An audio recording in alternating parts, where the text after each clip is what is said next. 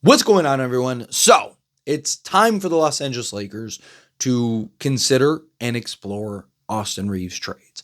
Austin Reaves proved once again he's a role guy. I like him. Solid role guy. I know a lot of people think I'm just this Austin Reaves hater. One of us was right? It's that simple. It's not hate if it's the truth. It's not hate if it's facts, right? People come up with all kinds of excuses for Austin Reaves, but if it was any other player, we'd all be ready to ship that guy out immediately, right? People try to come up with, I saw so many comments about like, no, he's relegated to just a corner spot up 3-point shooter guy. Well, his field goal attempts were actually up 14.2 during the regular season, 14.8 in the playoffs. Oh, well, he's not on ball. His usage, his usage in the regular season was 23%, right? And you got to keep in mind that was without Luka, LeBron, and Anthony Davis for stretches during the season, but 23%. His usage rate in this first round of the playoffs was 21%. So he had a usage rate. He got to be on ball, and he averaged 9 threes a game and played terrible.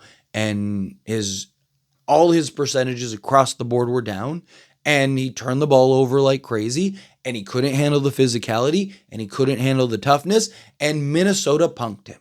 And he got relegated to, not even a role player. Why am I so critical of Austin Reaves? Because he's supposed to be the third guy. We listened for months about how he's the best third option in the league. He's the best number 3 guy in the league. That was a genuine conversation. Look, I praised Austin Reaves too. I even defended him on occasion, right, when it was warranted. I was very critical of him earlier in the season because he wasn't very good in the regular season. The first 3 months of the season, the back end of the season, he was great. And I praised him.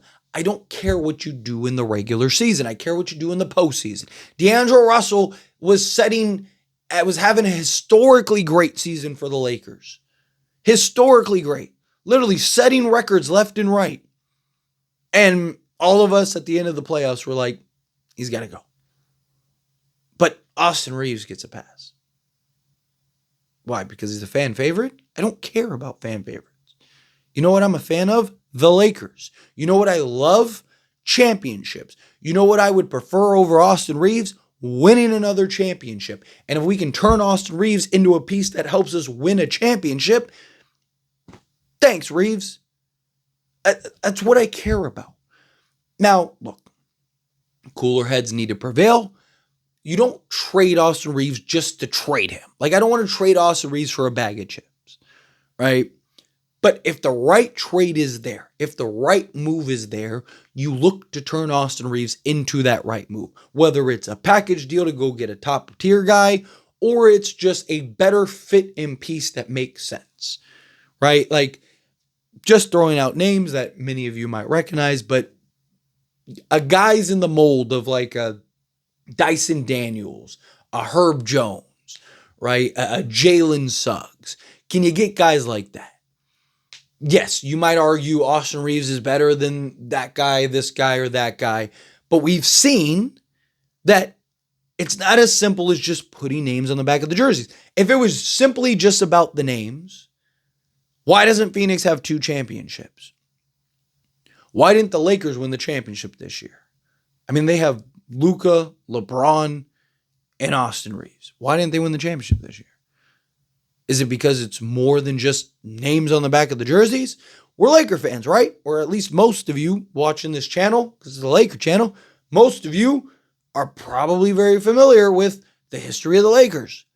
And we have seen numerous times the Lakers put names on the back of the jerseys and it doesn't translate. I mean, Russell Westbrook is a great example, right? If it was just about the names on the back of the jerseys, Russell Westbrook, Anthony Davis, and LeBron James should be winning you championships. Dwight Howard, Steve Nash, Metta World Peace, Pau Gasol, Kobe Bryant should be winning you championships. It's not as simple as just putting the names on the back of the jerseys. So either A, you turn Austin Reaves into a guy that is a clear upgrade, a clear tier guy, a guy that can be a real difference maker, can be a legit third option, whatever, right?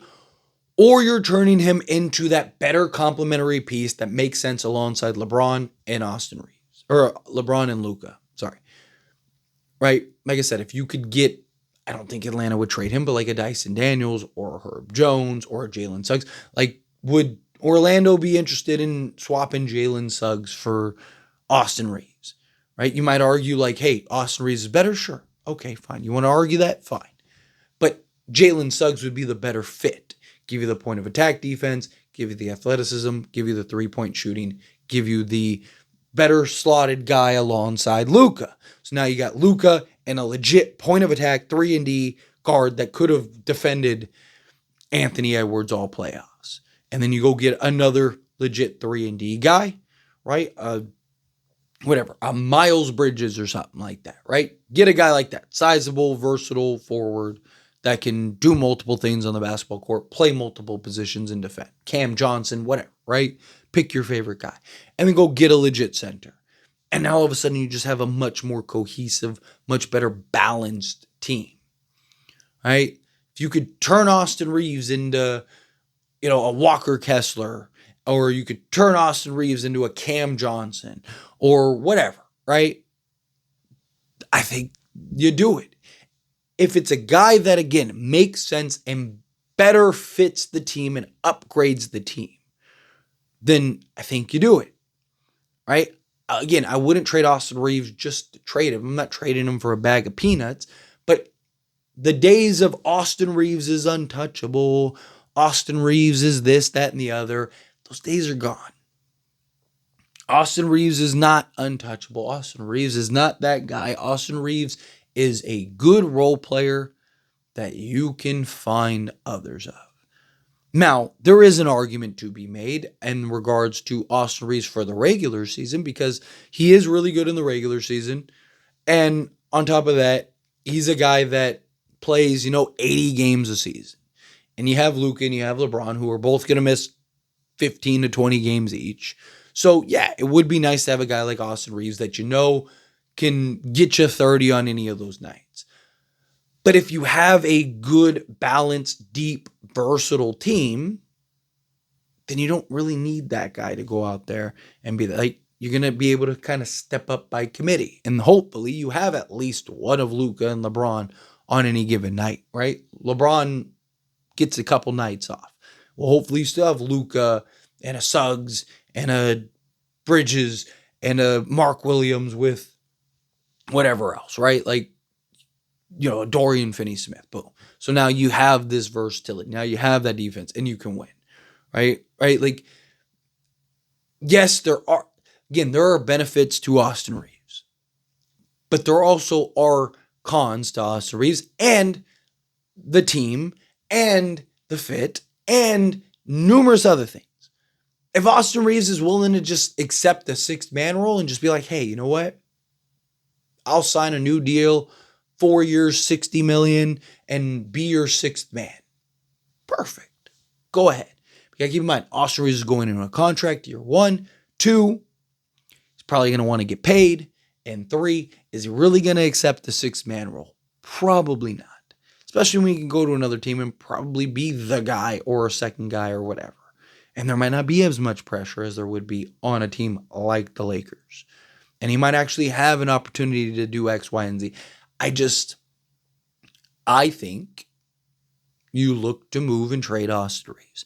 I think if the right trade presents itself, whether it's this offseason or at the trade deadline or whatever, I think you make that move. Again, I don't want nobody, I don't care who it is, Max Kleber, anybody. You don't just trade guys just to trade guys.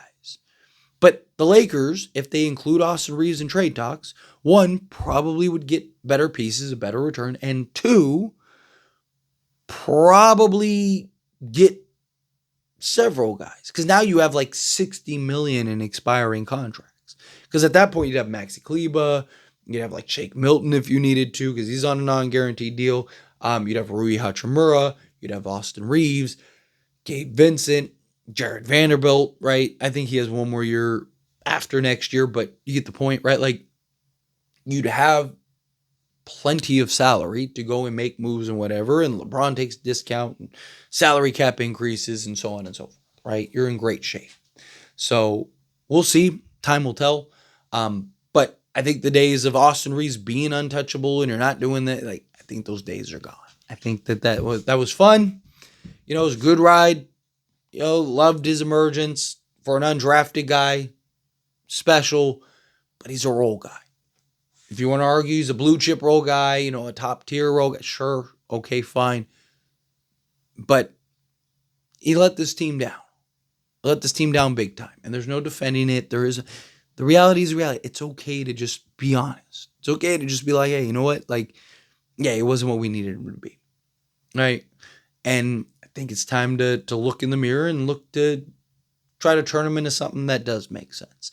But anyway, as always, this is a discussion. I pass a question to you. Let me know your thoughts and opinions down in the comments below. What do you think? How do you feel? What are your thoughts? Do you agree with me? Disagree with me? Kind of mix in the middle.